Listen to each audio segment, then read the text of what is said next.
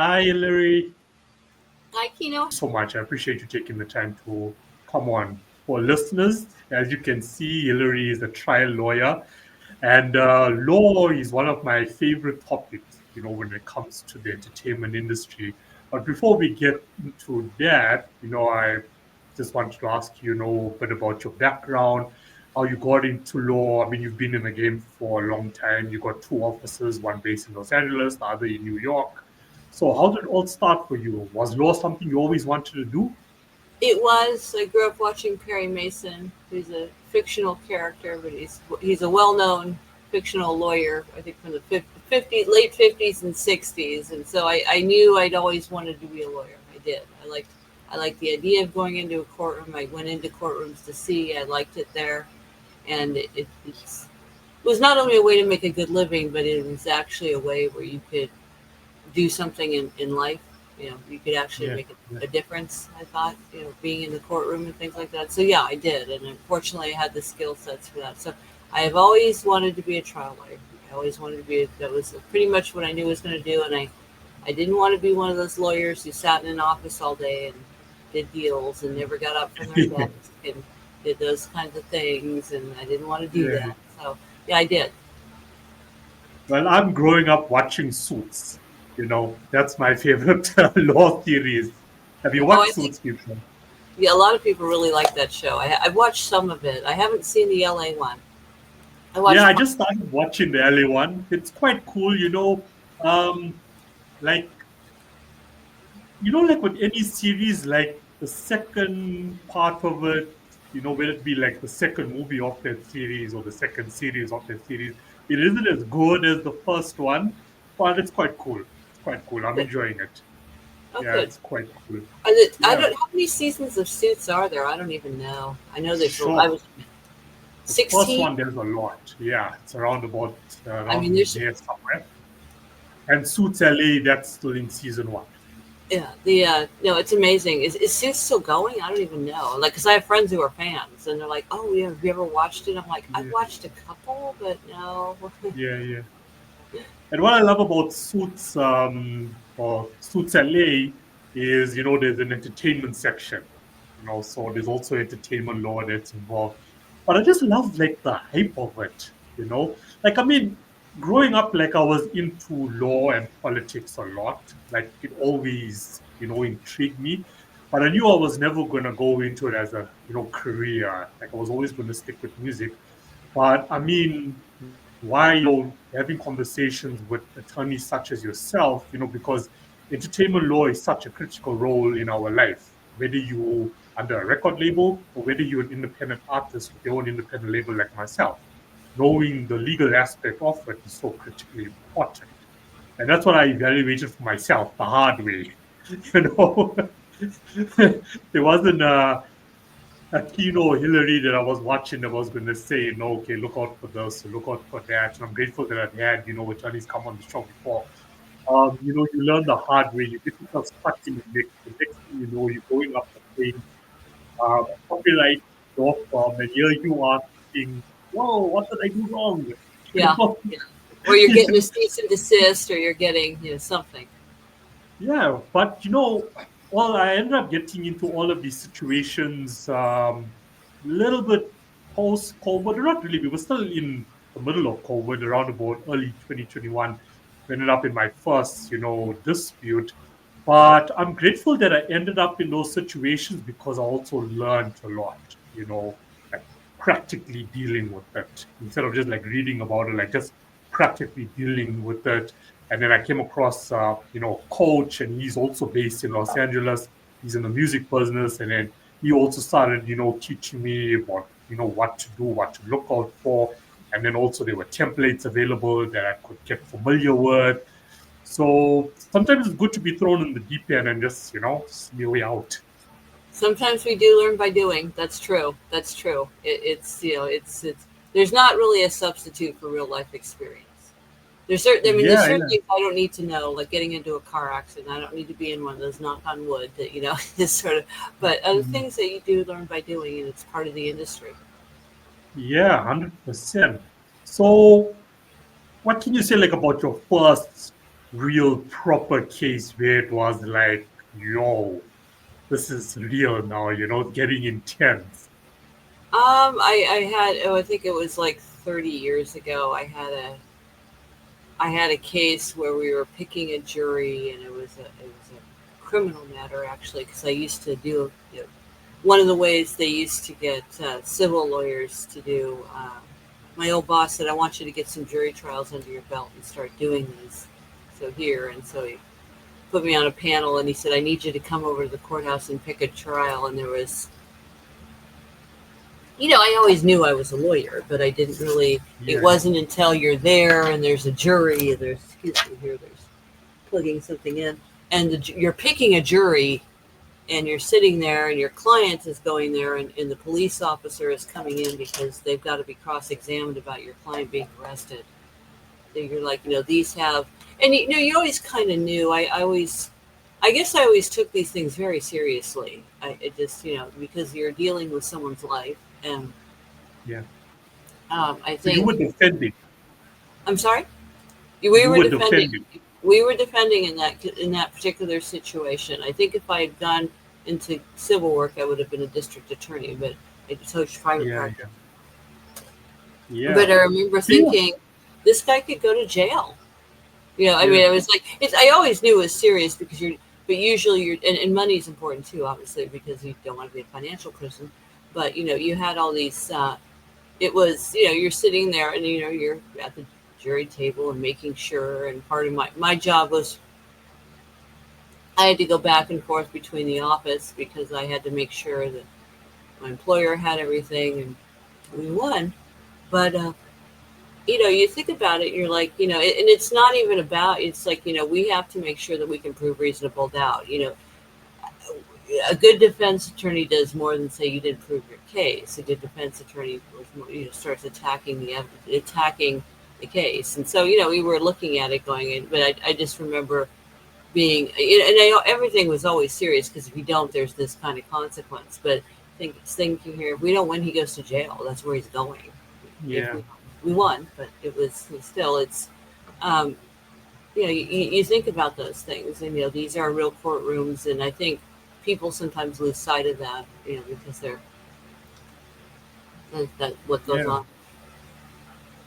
Out of curiosity, I mean, you ever end up in a situation where, you don't know whether your client is innocent or not?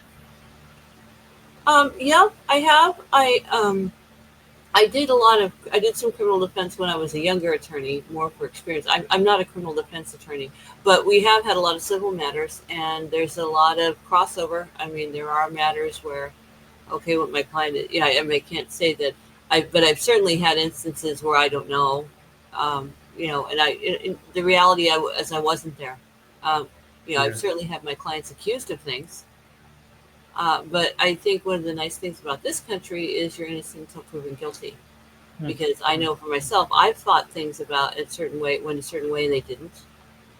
And there are, there's reasons for. I know that your justice system is different from the U.S. legal system, but there are reasons that they have trial by jury and bench trials, or innocent until proven guilty, or you have to prove your case. And I do think that's the better way. I think sometimes people get off, or some people go free, or some people get away with things. That's unfortunate. I mean, but that's part of life. I mean, I'm not yeah, saying it's okay, but it's how that goes. But I do think, I'm sure, yeah, I've had clients I don't really know exactly what they've done, or it's things like that too. But that's not why I'm here. That's not my job. It's not my job to yeah. judge them, or They're your client at the end of the day. You yeah, know, exactly. they've My- hired you. Yeah, you are we, we've representing. we have a specific job within the bounds of the law, and to address their legal issue, and often Yeah, involves court work and things like that, whether they're accused of something criminally or civilly. yeah. I read a book one. I'm not sure if you read it. It's called The Lincoln Lawyer. There was also a movie around it, but I never watched the movie. I just read the book. And are you familiar with it? Any I chance? am. I am. Yeah, yeah, yeah. And I love, like, I mean, just reading about it, and I'm thinking to myself, oh, this is quite an attorney, that's out there. And I love how he says, the U.S. legal system is a machine, and the only truth that matters is who can sell, their truth the most. But I mean, in the book itself, I mean, he also realized later on that someone he actually um, put away was actually innocent, you know. So you end up in that situation like, wow, then That you would go be out. Yeah, Yeah, no, that would be tough. I mean, I've not been a prosecutor, but yeah, I can imagine. I know Lincoln Lawyer. I've seen the movie. I'm a fan of the series, David Kelly's series. So I am a fan. But yeah, I can imagine that's probably pretty. That's yeah, something. yeah. Hectic space to be in, hectic space to be. I mean, whichever country you're in, I mean, if you're doing criminal law, it's like, yeah, it's at the top of the list, that can be like, the most stressful. I mean, you've gone to lengths of picking a jury and, going down that path, compared to any sort of attorney advocate out there that I can see is quite hectic. No, So when it I comes agree. to the, oh no, Go ahead. sorry, you can finish. You can finish. I was just saying I agree with that. I mean, and, there are real consequences to these. Yeah, yeah, 100%. So when it comes to, so you diverse with your work at the moment, like with your firm, Say that or do you again. specialize? Are you diverse with like the legal work you do, We are, or but is it? we're client-based representation, so we represent a lot of different areas. Entertainment law, as you know, is one intellectual property. We also handle defamation and media. In Right. addition, we handle a lot of the main, the big three, which is employment law, business law, and real estate. So, sometimes in our clients, for example, entertainment law really isn't its own separate thing. It's not like constitutional law or real estate law. It's really primarily employment law, business law, and intellectual property law. But within that, clients also need other services. For example, if a client was buying a piece of property, say we were representing an actor, and they would needed assistance with buying a piece of property, or they needed a lease. They say they were going to be on location for 6 months to a year, and you know, they decided to get a lease somewhere or something like that, and those kinds of things. A lot. We also do that kind of work too. So if our client needs assistance, or say our client needs an assistant, a lot of our clients need assistance and things like that, and making sure the agreements are in place, and a non-disclosure agreement, and what a non-disclosure agreement will cover, and what a non-disclosure agreement won't cover. Those Yeah, kind of yeah, things. yeah, yeah. You mentioned, like, okay, so you're an actor, okay, or you a musician. So when it comes to defamation of character, I'm going to throw something out there. I'm just going to throw something out there that I see commonly happening, Okay. at least, my point of view on things. Uh huh. When it comes to defamation of character, that can be really serious and that can tarnish one's name, one's reputation. Not always the case, depending, what's your genre within the music scene. So how serious is that from your point of view? You know, I mean, I think it's very serious for certain things. One, look, gossip and negative behavior, particularly when it's untrue, has always been used as a way to manipulate people and to trash them and to, yeah, assert dominance, or lots of other reasons. I mean, it really has been. It's there's a couple of ways. One, it's a very common way that a person gets in somewhere. They'll feed negative information to their employer, for example. That's a common way. Or they'll feed negative information to people in the press or other people, to get an advantage. This is a very common way. But if a person starts trashing each other, there may be another, maybe another problem. One, you could be sued. Uh, and as you've seen in the media, there are real consequences for making comments that are not provably true. And it's yeah, not just the defamation. There's interference with contractual advantage and economic relations. And we're in an environment where people just go online and say whatever they want, and it's really not a good idea at all. I mean, it's not a good idea to do it. I understand if you're upset, but these people don't realize these are going to come back to bite you. People are reading these. People these are online forever. These are statements you have made. And everybody's. I'm very grateful when I was growing up that there was not this. Because I'm sure everybody said things or did things that oh God, I wish no one knew about that. But it can be very serious if you're sued for defamation. You can get a reputation as being someone who's not candid or someone who trashes another person. If I was working with someone and they were just trashing other people, I don't think I'd want to work with that person. I don't think I'd Yeah, want to talk to that person. I'd be like, okay, if you're not happy, you're going to turn on me next. Is this what you're going to do? That kind of.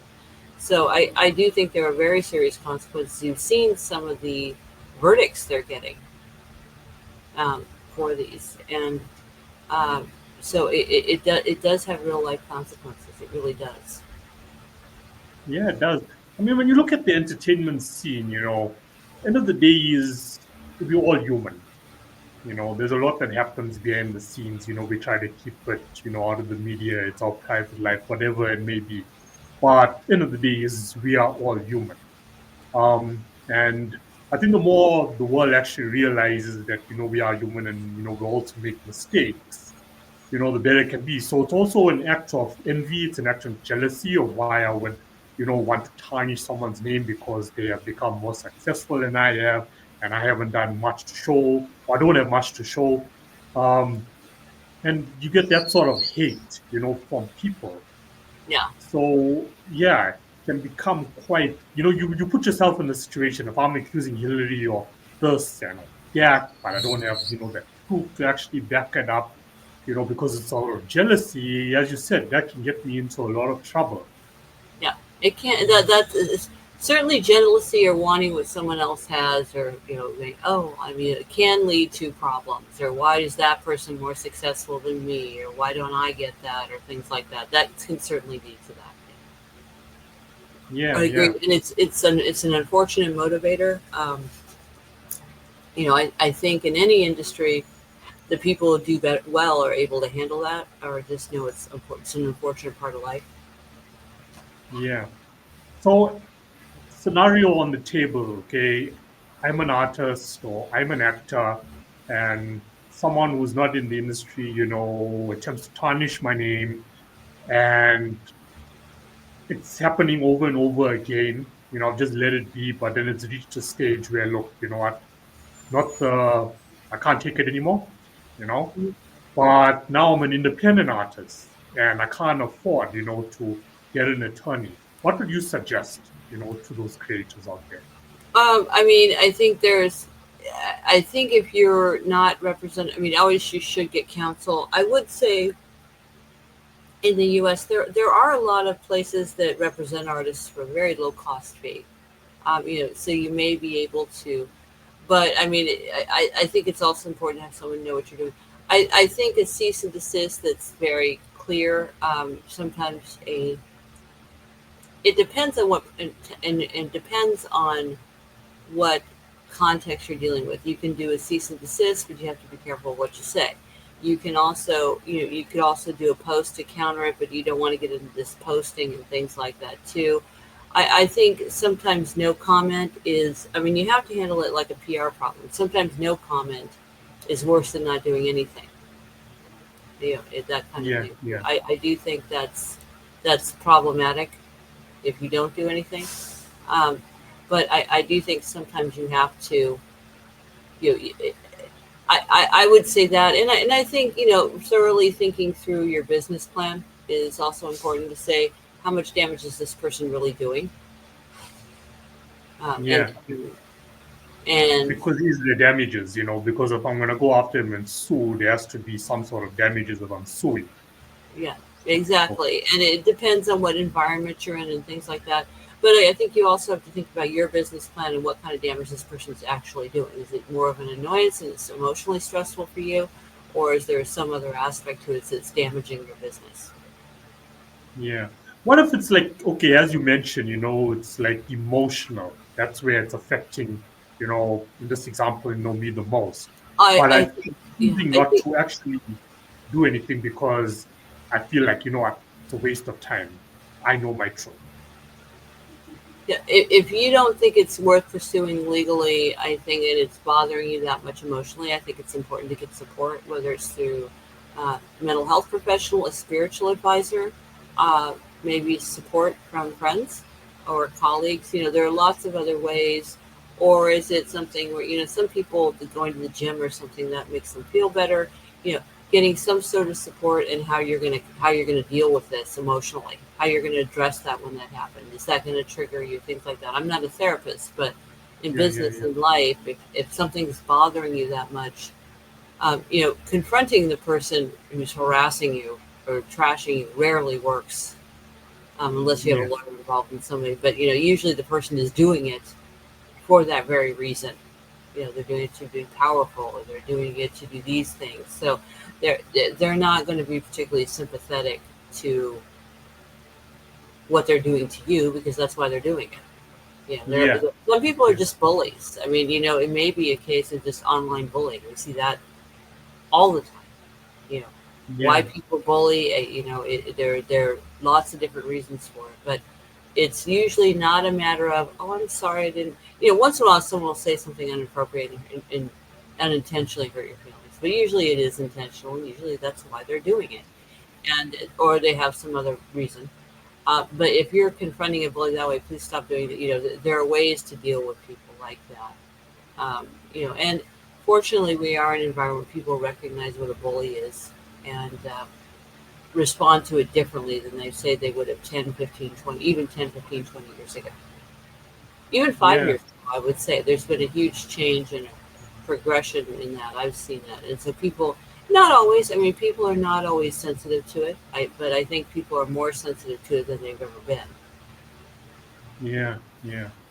Um, well, thanks for sharing it. With advice, if you like feel like this is not for me. I don't want to get into an unnecessary dispute, and I don't want to pursue this because I've got better things to do. So deal with the feelings. How you feel best to move on. I mean, at the end of the day, you know, there's so much hate in the world. People always going to have some sort of grudge against someone, and sometimes grudges can last for a very long time. And if you keep moving on with your life and you keep growing with your life and you keep progressing with your life, there's going to be, those numbers are going to multiply with people who are going to have some sort of jealousy or envy towards you. So are you going to deal with each one of them? Or are you just going to like come to peace with it and just continue, taking care of, yourself physically, whether it's going to the gym or going to a therapist, as you said? Because when does it really stop?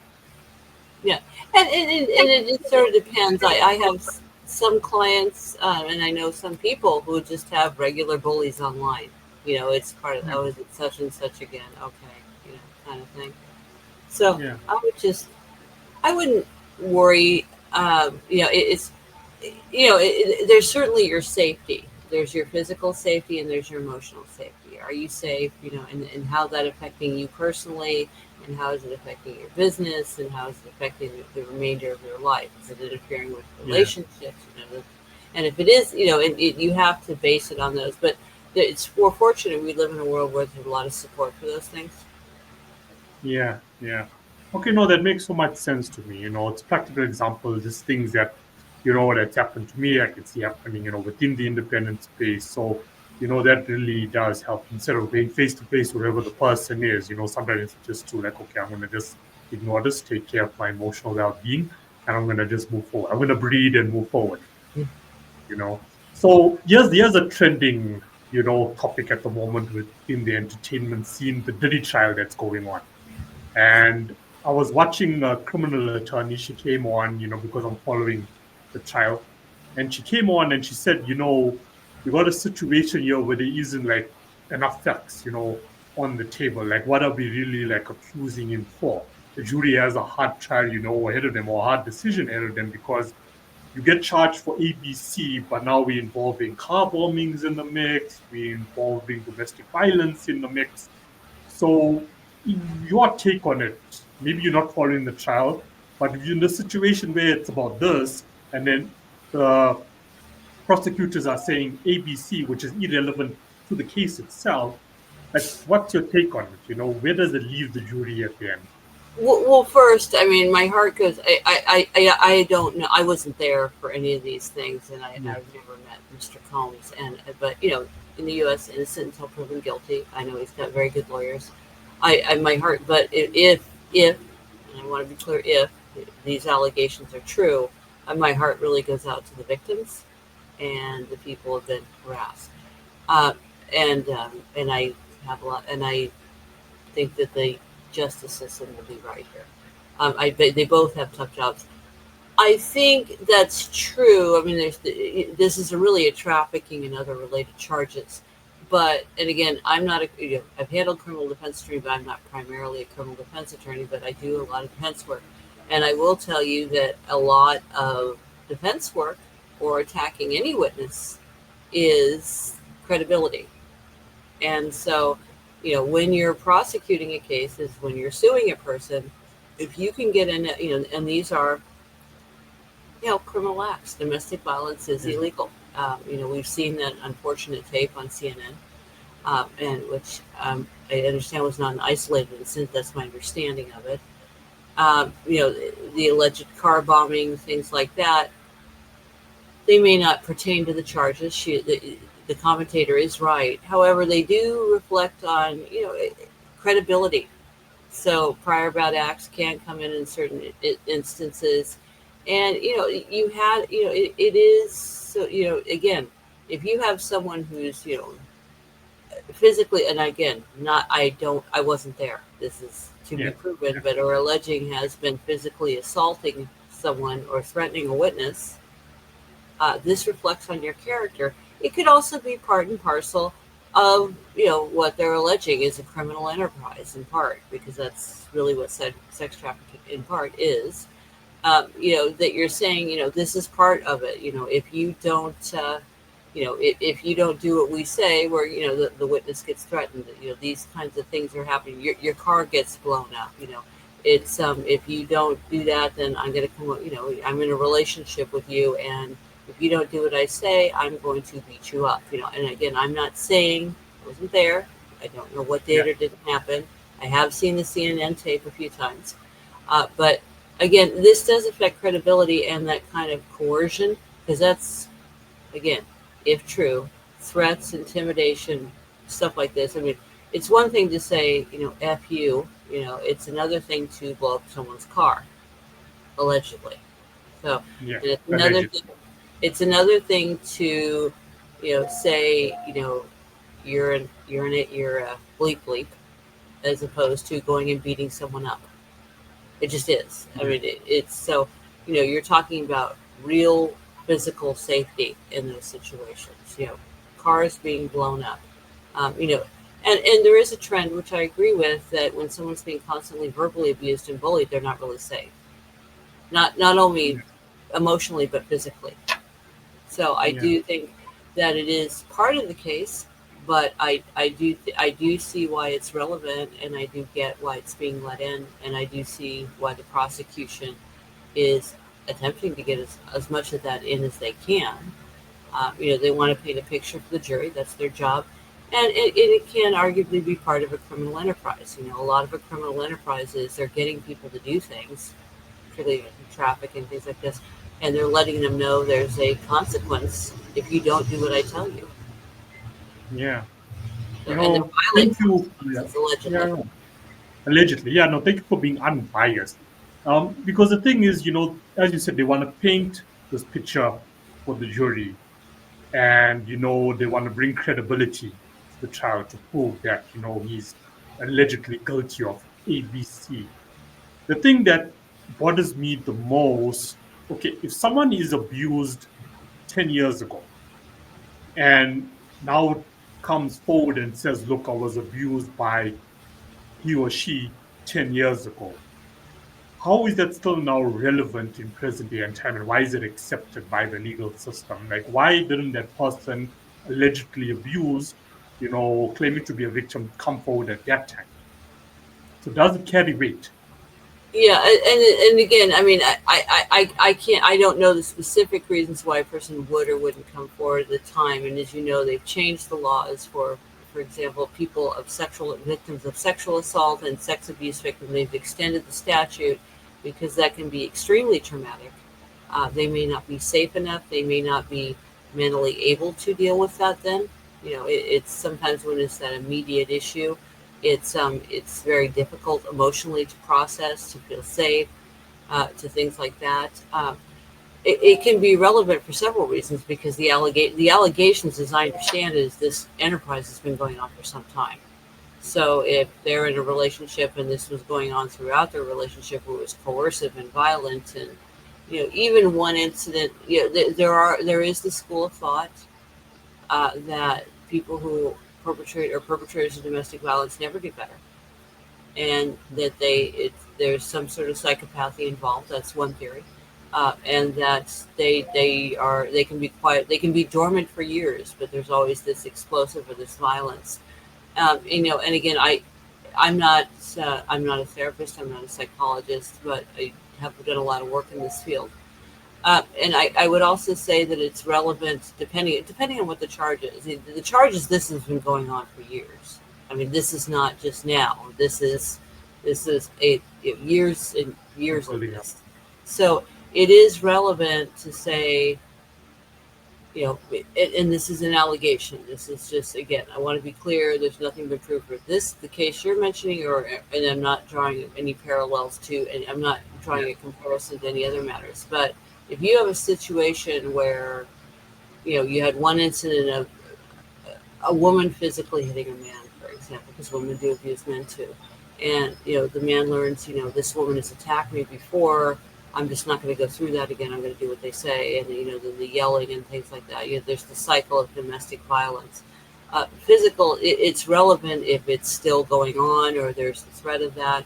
I mean, there's also the threat if I have any contact with this person, they could do that, or what they're going to do. So, I do believe that it can be relevant in certain instances. Yeah, yeah. I mean, I agree with you. At times you can't process when something like that happens to you. Um, and then, 10 years later. But doesn't it also, like, if let's say I'm like falsely accusing someone, so from a physical standing point, if I was abused in any way, how would I prove that now 10 years later? Now it's just my word that's on the table. It could be your word. There could be physical injuries, bruises, Yeah, scratches, video. Often, the unfortunate reality is often a lot of people see and hear domestic violence, and they just don't do anything. They don't want to get involved, which is a legitimate thing. So, neighbors, friends, even if it's outside and a physical thing, in a yeah, public yeah, yeah. setting, it can be videotaped, as we've seen. There are other issues. Maybe someone who's close to you, um, if they are, or a doctor. I mean, it is common. That's why, for example, they have in certain states they have mandatory abuse reporting laws for kids.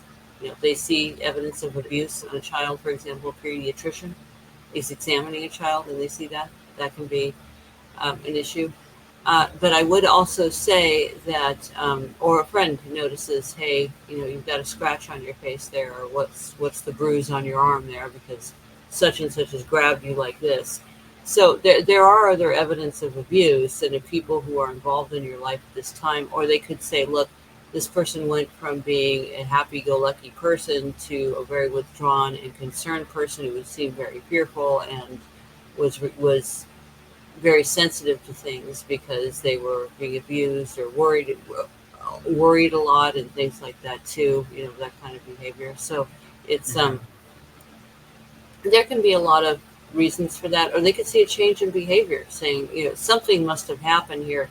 This is very common in issues with domestic violence. People are victims of a crime or a violent crime. People have witnessed accidents. For example, that horrible thing that just happened in India with the plane crashing. I'm sure people who saw that, I started to watch the video. I'm like, I can't watch this. And that's just, I wasn't physically there, but seeing this catastrophic accident like that, or seeing a car accident, things like that, that can cause stress, PTSD. If you're seeing changes in behavior, things like that can be very traumatic and stressful. So if you're seeing someone who's normally not like that, maybe going through something, being bullied, being harassed, or maybe a victim of violence, there could be something good. There also could be other things going on. Like maybe they're going through a divorce, or they went through a job layoff, or things like that too. There can be any number of things. but changes in behavior, people can note, say, look, we didn't quite know what's going on, but we talked to such and such at the time and they told us this, or we kind of surmised this was going on, and things like that too. Often a person close to you or someone around will know what's going on. They just don't say Yeah. anything. It's a tough situation to bring up because, say, for example, it's a friend and you kind of know what's going on. If you're wrong, or you could offend them, you can wind up losing a friend, that kind of thing. So there's a complexity to it as well. Or, often victims of violence and people are being bullied are isolated. That's what they do. They isolate them and they pick on them. Yeah, yeah. No, thanks for sharing all of that. This just gives this show that focuses on the creative space and touches on all corners of the space itself and the entertainment business itself. You know, this just gives people like that realistic feeling of this can happen. You know, and no matter which level in the space you're in, you always have to always just like be cautious. Mm, What you do, when you do it, but I mean, to conclude, on the whole Diddy trial situation, the jury does have quite a lot to consider. There yeah. is quite a lot to consider when weighing both ends, defense and prosecution. So, yeah, thank you for that. Infringement, like how critically important, or how, like from 1 to 10, like what's happening in that space? Is there a lot of cases that come your way when it comes to infringement, copyright? There are a lot of those, in terms of content. There are clear rules, and there's been some good case law that's come out about infringement, for example, in your industry, in the music industry. Um, it used to be 30 or 40 years ago, it was sort of the classic joke. People would sort of just rip off ideas and copy them and do knockoffs and things like Yeah. that. So the law has really evolved in the last 25, 30 years where people can no longer do that. So I think you're seeing a lot of those, and often people don't really, I don't think people often think about it until it's a problem. I mean, there's some people who are very, very proactive and are going out and paying a royalty and making a deal and saying, "Hey, we're going to use this sampling in my music," for example, or things like that too. But there are other contexts, of say works and things like that where they're using them. You've seen the Warhol litigation and things like that too. It really becomes a matter of what is that, and really what is that a true derivative work. So it's case specific, I would say. But when you're looking at these, you really have to evaluate and assess whether it's worth doing that. Like Suits that we were talking about. Is someone taken a script or redone a character or something like that, or it's there's a reason where you're having spin-offs as opposed to another show which is completely copying it and things like that too. There's copyrighted material. That's why they guard it so carefully and things like that too. Does that make sense? Yeah. Yeah, no, it does. It does make sense. I look at what's happening with Ed Sheeran at the moment, with Marvin Gaye's estate and how that case is continuing to go on and on and on since last year. I mean, he won and now they've come back and they're appealing it. And he has a good point. Ed Sheeran has a good point that look, when it comes to the music industry these days, specifically samples, there's going to be a good chance that people are going to use the same sample over and over again, which is true. Yeah. It's 100% true. So, I mean, it depends from where I'm sitting. It depends how popular that song, that final master actually gets. Mhm. Whether I'm going to pursue the case or not. We So get a who lot knows? of those. Yeah, I agree. We get a lot of those. We also get calls. The common one we get is, and I'm not saying it didn't happen. Is that's not my that's my television show. That's my movie. I wrote that script. That's Yeah, not my. We get these. It's we don't pitch scripts or do those, but we get we get a lot of those. And maybe it is, maybe it isn't. It's also it's also happened where you go to pitch an idea, or you give a script to someone, not realizing that you've just given them a valuable product that could have been commercially used, and you just gave it to someone who's not exactly what you would call honest, and then has to go, and then Yeah, go ahead and sell it to anyway. So we've had those issues too. So yeah, no, it does happen. Or they'll say, "Oh no, we talked about it, but it was my idea," or things like that too. And there are agreements, by the way, when you go into negotiations that can yeah, protect you to some degree. yeah. Always sign, right? Always make sure there's a physical agreement. Yeah, Making a verbal agreement is not good enough, and it's something that you know I motivate artists out there, especially even when it's a group of friends and they all come together, and one's a singer, one's a rapper, one's a producer, and they're all having fun, and then they put this track together, and then they get it out there, and then it blows up, and now they're all looking at each other like, who owns this? There's a lot of money on the table. There's a lot of opportunities on the table, but who owns this? Because we never consider, the legal aspects or the business aspects at the start. And that's why, like this show and what I do is to like guide them. Look, guys, I know going into the studio is going to be fun and it's the fun side of it all, but it only counts for 20%. 80% is making sure that you're legally secure, that your work is all copyrighted and that you have your agreements in place, your split sheets are in place.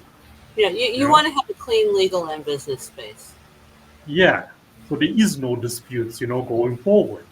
Yeah, 100%. I mean, at the start when I said, how I got into trouble first, and I mean, it was no like intention of mine, but at the time, so the name of my business was called PMG, abbreviated. And in South Africa, there's another media company that's called PMG. And they actually came after me because they actually own the rights for the abbreviation itself, which I never even know existed. I never know you could do something like that. Like you could actually like copyright PMG.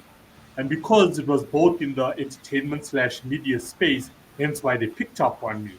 But I mean, long story short, it took us a year to come to an agreement. We never had to go to court, thank God. I had a hmm friend who was a partner of mine, and he was, just finishing off his law study at the time. So based on what I knew and what he knew, we were just corresponding with this company. But then we finally came to a decision that benefited both parties, and we just went our separate ways. And when I look, 2, 3 years down the line from that, it was actually a blessing in disguise for me because it actually gave me an opportunity to rebrand this new model that I had or this yeah, vision that I had in my head. So, but there's things, you never know that can happen until it does. And you're like, wow, yeah. really, really, you're coming up to me with that. So yeah, 100%, it plays such a critical role. I mean, infringement is a big role in the entertainment scene. As you said, script, just taking a script or taking a line from a popular movie or series, that can come back and bite me. Yeah, but yeah, it can. That's very Yeah. true. Or yeah, if I Particularly take a line of the jokes. lyric. Yeah, you can, and jokes and things like that too, because you have to be careful how you say it and things like that. Yeah, that is true. Yeah. I think, to conclude, let me throw this your way. Artificial intelligence. Okay, That's become quite a complex, issue right now in the industry. I was it showing one of is. my artist slash clients this past week. I've got a new tool that can separate, vocals from the stems, hmm right? So I can take, the stems and I can reverse engineer it, I can push it out to use for non-profit purposes. But which, if I use a popular song, which I showed her in this case, I can't get sued because it's one that you can easily pick up. So it's becoming quite complex, from a legal standing point. I spoke to another attorney, it was about a month and a half ago, and she said she is just keeping her eyes on legislation and what's going on in this space right now. So she knows how to advise her clients, moving forward. What's your take on it?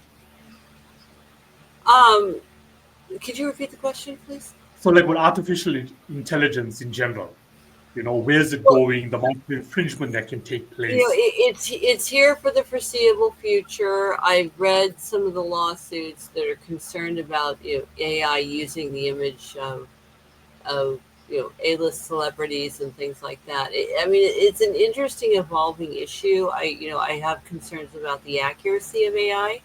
I use it more in a different area. I can see it being a real problem in terms of taking art, for example, taking one of those photos behind you and it's maybe a copyrighted image and then using it in something else. And because a Yeah, computer can do it so quickly, I would venture to guess there's going to be a lot of those there.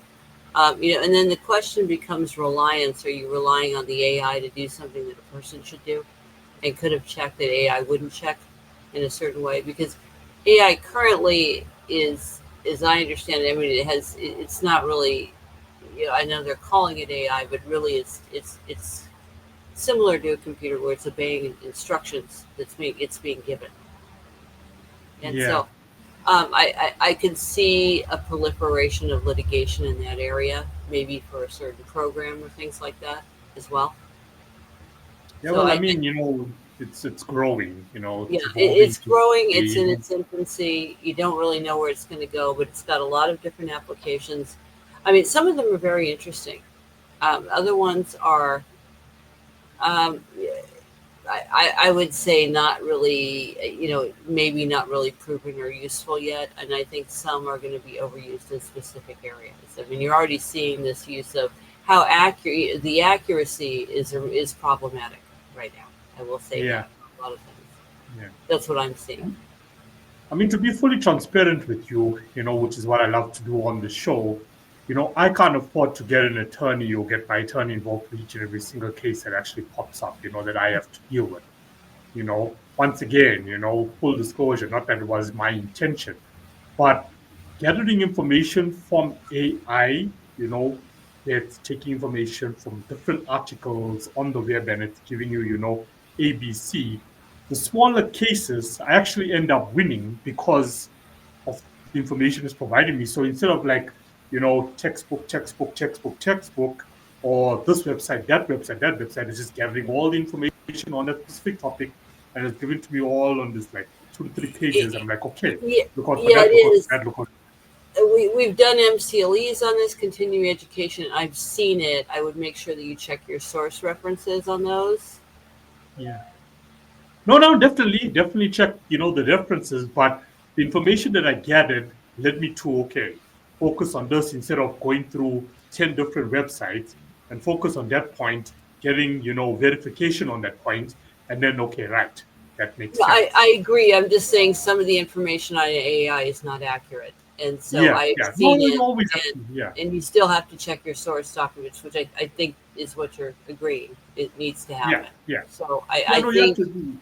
It's a good tool to use for research purposes and used responsibly.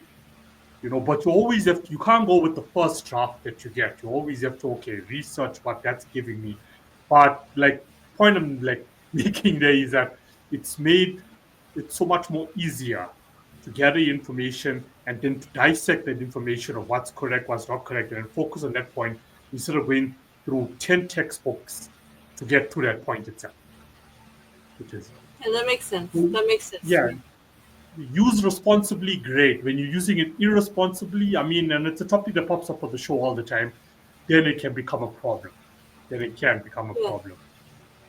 Yeah, Yeah, it's yeah, no, that makes sense to me. I just think always trust but verify, because a lot of this information is coming up. I do know with research, I've had attorneys tell me, that the case cited isn't even the right one, and it can be real problematic for you. So AI is not accurate all the time.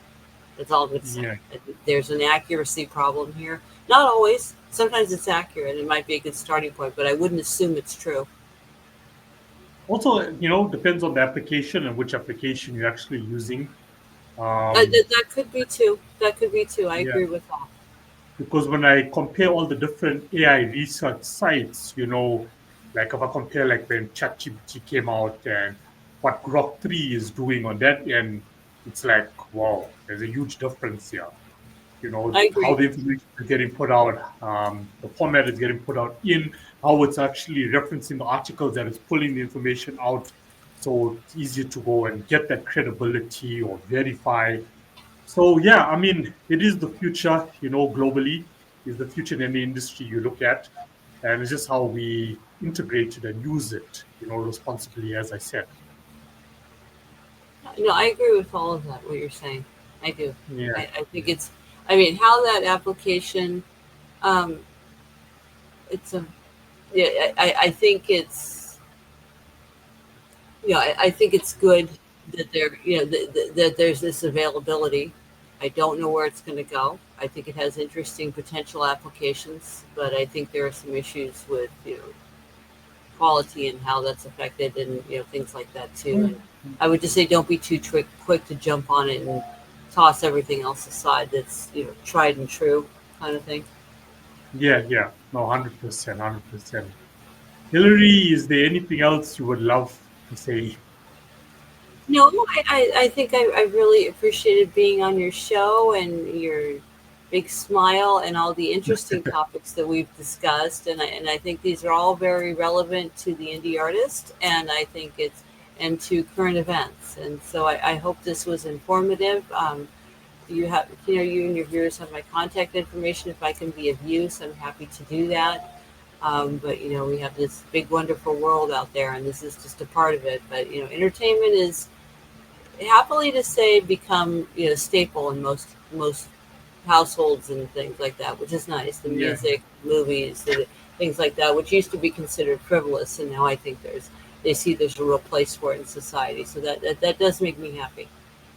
yeah, yeah. Well, thank you for your time. I know the industry, or the legal side of it all, no matter what it may be, real estate or entertainment, it can become quite complex and overwhelming for a lot of individuals out there.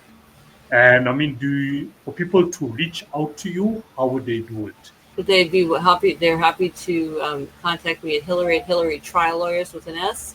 They're happy, welcome to look me up, and I'd be happy to speak with them and see if I can be any assistance to them, or if I can't, maybe point them in the direction of a resource they can. Yeah. And your work, do you only focus on clients based in the US or also international? If they're doing clients based in California and New York, because that's where I'm licensed, and there are rules about that. But if an individual wanted to do business here, and I could help them in that regard. But I would, like, for example, I would not be qualified to advise them of the laws in your country or something like that. Yeah, yeah, yeah. Now I'm just putting it out there. There is like I know I've noticed there's like a difference between like a trial lawyer, and then you can only operate here, and then you get like people who just like give advice. Right. But it's not advice that you should go with. It's more like this is the direction. Like let me direct you to this attorney. Let me direct you to that And attorney. that's what I meant by being a resource and things Yeah, like that of too. this global network. Okay, perfect. I will definitely share all those details in the description. Hillary, thank you so much for coming on and for Thank sharing you. all the information and your personal advice, on real life situations happening out there in the world. You're very welcome, and I was so glad to be here. And thank you for having me today. I really enjoyed It's a this. pleasure. It's a Thank pleasure. you. Thank you, and be safe and enjoy the rest of your day and have an awesome weekend. Thank you, you too. Okay, bye. Bye.